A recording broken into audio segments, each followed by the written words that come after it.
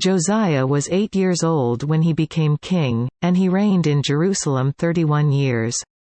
He did what was right in the eyes of the Lord and walked in the ways of his father David, not turning aside to the right or to the left.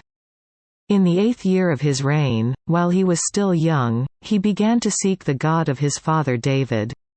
In his 12th year he began to purge Judah and Jerusalem of high places, Asherah poles, carved idols and cast images.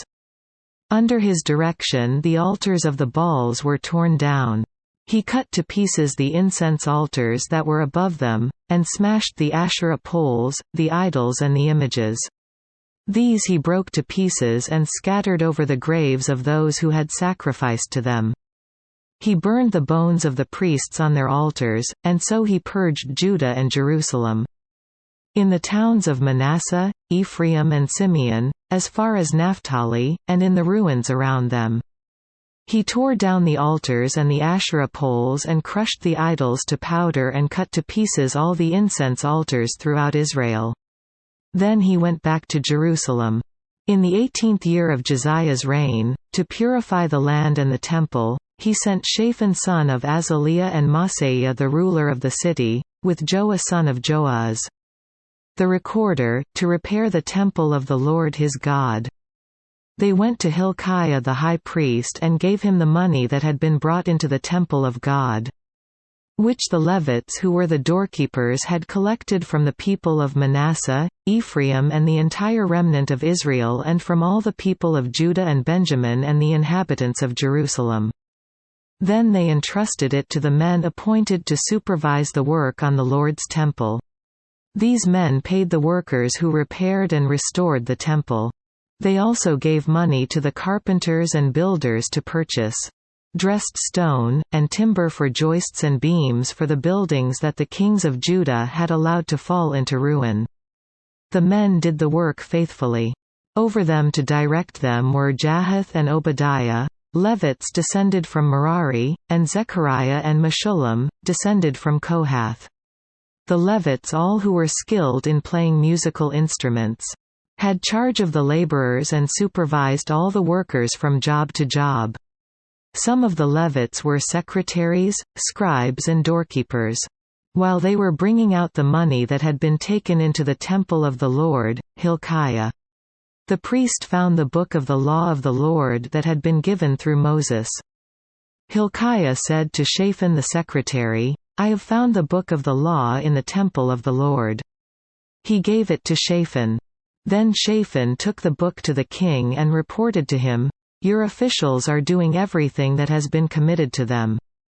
They have paid out the money that was in the temple of the Lord and have entrusted it to the supervisors and workers." Then Shaphan the secretary informed the king, "Hilkiah the priest has given me a book." And Shaphan read from it in the presence of the king. When the king heard the words of the law, he tore his robes.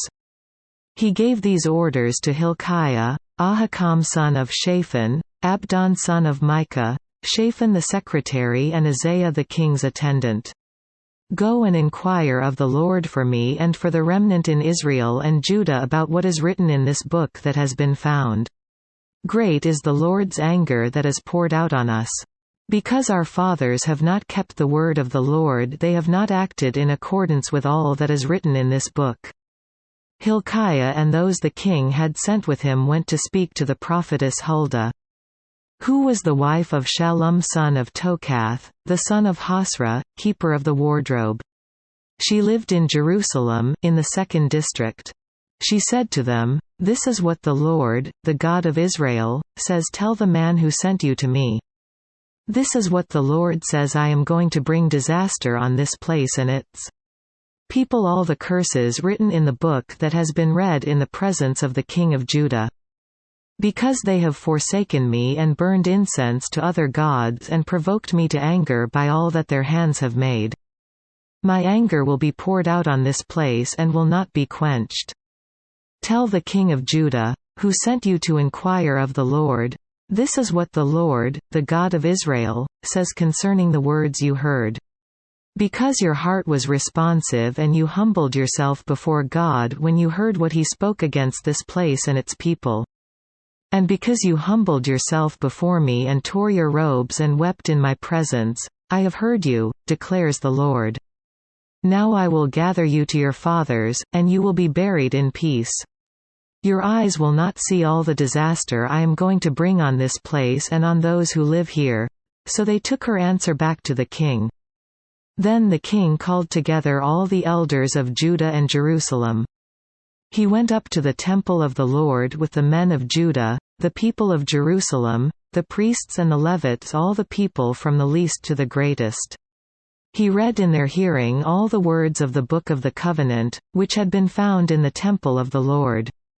The king stood by his pillar and renewed the covenant in the presence of the Lord to follow the Lord and keep his commands, regulations and decrees with all his heart and all his soul. And to obey the words of the covenant written in this book. Then he had everyone in Jerusalem and Benjamin pledge themselves to it.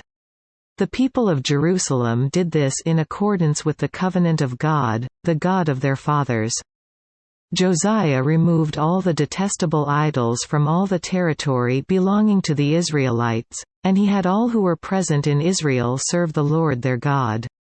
As long as he lived, they did not fail to follow the Lord, the God of their fathers.